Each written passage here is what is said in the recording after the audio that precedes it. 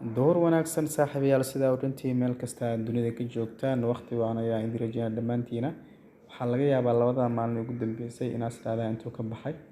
xaqiiqda asxaabe xaaladda jirta ayaa keentay sidaa ka warqabtaan isbuucan horyaalada waaweynka marka la fiirsho kooxaha maxaan ku yiraahdaa ugu waaweyn ayaa la garaacay qaarkood bareej la gelinay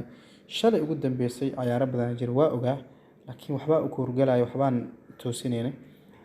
meesha Arsenal lagu geliyay bareejo waxaa sheeg kooxda maxaa Tottenham 4 gool loogu dhiibay waa dareemi kartaa marka isbedel ayaa jira marka waxaan isdhahay labadan maalin bal ciyaarta u koorgal ee fiiri marka si walba ay haataba waa iska hagaagaysaa marka waxaan rabaa maanta shaxdan kooban inaan idin la wadaago waa events ama kooxaha waa 10 kooxood halka Oduska uu yahay $13 ama $14 ku dhawaad waxaa ugu horeeya Manchester United iyo Leeds United iyo United ayaa wada ciyaaraya galabta 11 saac United waa maxaan ku yiraahdaa home ma ahan waa away halka Leeds ay tahay home Leedsna kooxaha ugu dhibka badan Premier League qayb ka tahay marka United inkastoo bilahan dambe ay kacsan tahay laakiin double chance saarnayna laakiin fadlan markay shaxda ku soo gaarto daawo inaad daawato ka saacaysaa inaad wax meelaha qaar is leedahay wax laga bedelo ku fiican tahay ka bedesho sababtoo ah isbuucyadan ugu daran sida u jeedaan markaan oo kalena video inaad si fiican u daawataan waa muhiim intaasna waa iga talo kooxda labaad waa Manchester City Aston Villa City isbuucyadii ugu dambeeyay xogaa waxay galaysaa qalqal marka maanta waxaa la rajeynayaa City in Aston Villa ay ka badiso sida 90% la saadaalin khibrada caalamka sporti ka faalooday ay saadaalinayaan marka City inay Aston Villa ka badi doonto la rajeynaa kulanka saddexaad waa Hertha iyo Borussia Mönchengladbach marka waa German Bundesliga kaaga soo xulay marka tan waxaa leenahay inkastoo Borussia ay badi karto laakiin haddana waxaa leenahay double chance saarna sida u jeedaan marka tan kale waxay noqonaysaa Villarreal iyo Barcelona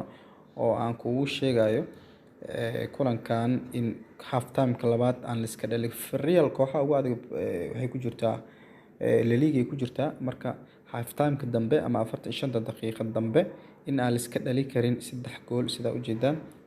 half time ka dambe ay ku jirtaa marka adiga hadda aaminsantahay in la iska dhalin karo waa la iska dhalin karaa waa dhigi kartaa meesha 3 gool 1.20 ay ka saaran tahay $4.20 ka saaran laakiin asaas ayaan kugu soo xulay Napoli iyo Cremonese Cremonese iyo Napoli waxaa leenahay Napoli inta badan waa koox awood weyn haddana horyaalka Serie A-ga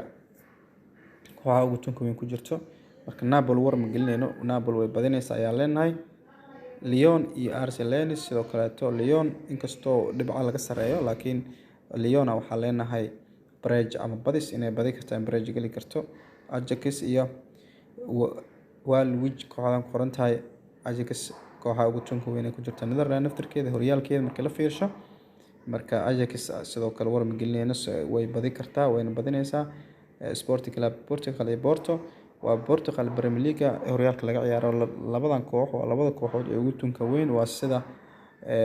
City iyo Arsenal oo kale markii Premier League la joogo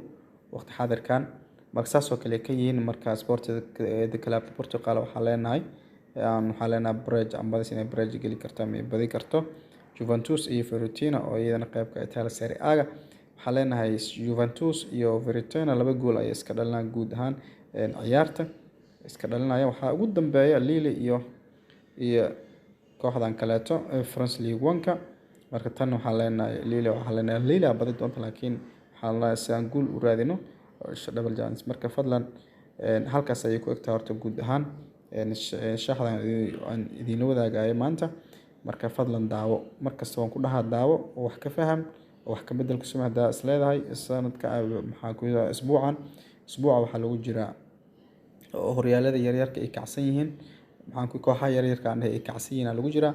marka guul aan isku rajeynaa saaxiibayaal ma santii koodkana waa kaasa